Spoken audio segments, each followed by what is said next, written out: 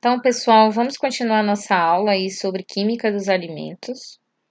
Então, hoje, finalmente, a gente vai finalizar esse capítulo. É um capítulo bastante longo, então a gente tem muita coisa para discutir ainda. Mas hoje vai ser uma aula mais curtinha. Mais para o lado aí da educação física, né? Produção de suor e um pouco de história das vitaminas. Então, o suor e um pouco de física.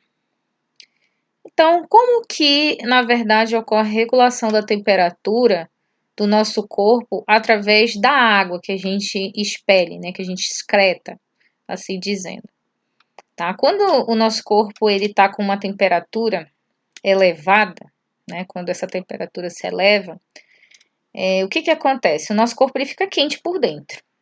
Só que ele não pode ficar quente, tá? Ele não pode ficar quente e a gente tem que, na verdade, resfriar o corpo. E como é que a gente faz esse processo, né?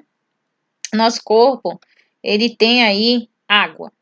E para retirar o calor que está dentro dele, a gente precisa excretar, através das glândulas sudoríferas, suor. Então, é mais ou menos assim que a gente regula a temperatura do nosso corpo, apesar de que nós vamos ter um assunto somente sobre a questão da regulação da temperatura corporal mais na frente. Então, em um dia muito quente, podemos perder aí cerca de 2,5 litros de água pela transpiração. Quem pratica algum esporte deve sempre seguir a orientação do treinador ou do professor. Então, a gente vai falar um pouco sobre a descoberta das vitaminas.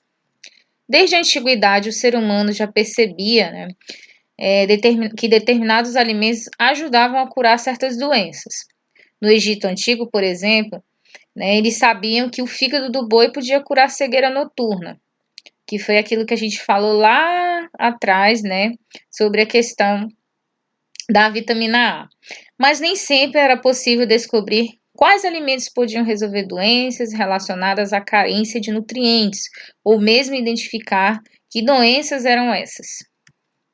Então, por volta aí do século XVI, na época conhecida como a Era das Grandes Navegações, o professor de História já deve ter falado um pouco sobre isso, os portugueses, seguidos depois por navegadores espanhóis e outros europeus, com melhores embarcações e instrumentos de navegação, expandiram o comércio com outros continentes e formaram os grandes impérios coloniais.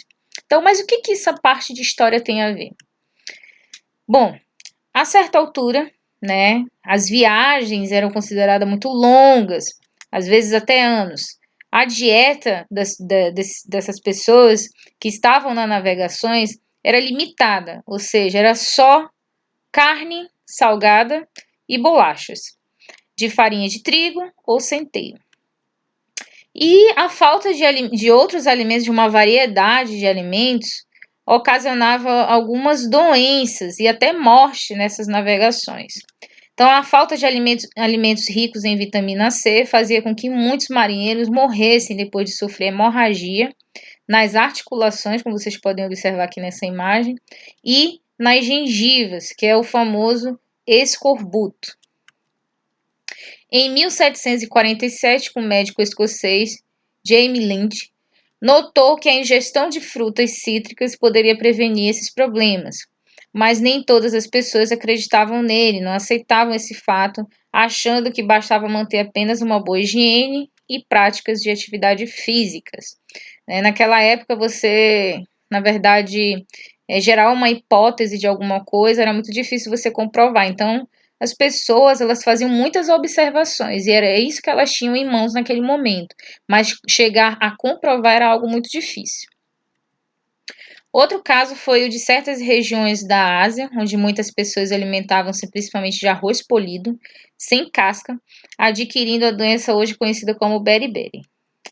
Em 1912, o bioquímico polonês Casimir Funk descobriu na casca do arroz um fator anti-beriberi e a análise química indicou que a substância pertencia aí ao grupo de substâncias chamadas de aminas. Por isso que veio esse nome, amina, chamado de vitamina, ok? Bom, em 1884, o médico eu acho que pronuncia assim, né? O Kanehiro Takaki observou que entre marinheiros com dieta variada havia muito menos beriberi que entre aqueles que comiam praticamente só arroz. No entanto, aí o Kanehiro não soube identificar o fator responsável pela doença, ele só observou. Ele não tinha assim como comprovar realmente através de um estudo mais aprofundado. Hoje sabemos que nem todas as vitaminas são aminas, né, como foi citado lá pelo bioquímico, mas esse termo ficou consagrado.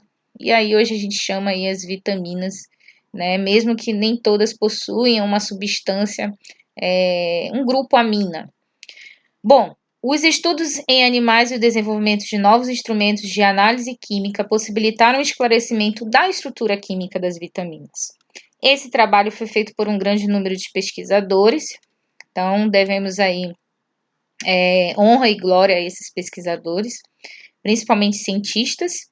Essa é uma característica importante da investigação científica, é uma atividade coletiva que ocorre por meio da interação entre grupos de pesquisas formados por muitos profissionais, todos discutindo e divulgando os conhecimentos produzidos. Então, gente, a gente finaliza essa aula, tá? E a gente vai passar aí para o próximo capítulo e espero que vocês tenham gostado. Um abraço para vocês, até a próxima.